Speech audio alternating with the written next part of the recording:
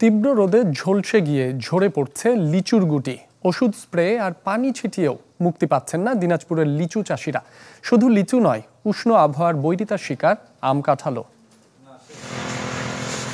সবুজ পাতার ফাঁকে উকি দিচ্ছে ছোট ছোট লিচুর গুটি।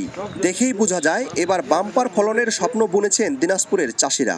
ওয়ালটন ফ্রিজ কিনে অনেকের মতো আপনিও হয়ে যেতে পারেন মিলেনিয়াল। সেরা পণ্যের সেরা অফার।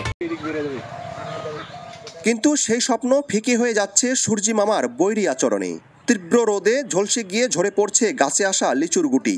ওষুধ স্প্রে আর পানি ছিটিয়েও মিলছে না মুক্তি।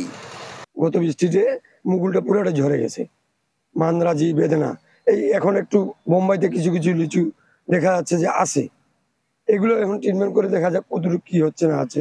এই তাপমাত্রায় এখন যে ট্রিটমেন্টটা দিচ্ছি তাতে কি হবে শেষ মুহূর্তে এখনো বলা যাবে না। শুধু লিচু নয়, আম কাঁঠালের উপরেও পড়েছে উষ্ণ আবহাওয়ার নেতিবাচক প্রভাব। এতে দিশেহারা হয়ে পড়েছেন কৃষকরা।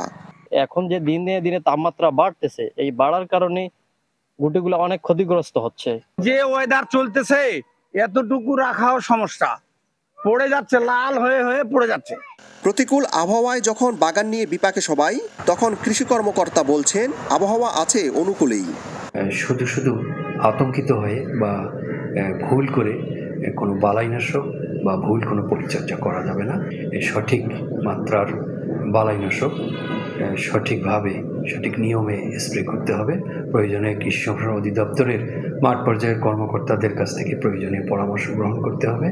চলতি মৌসুমে জেলায় লিচু গাছ আছে প্রায় 5,500 হেক্টর জমিতে। বিপুল সরকার সানি, চ্যানেল 24, দিনাজপুর।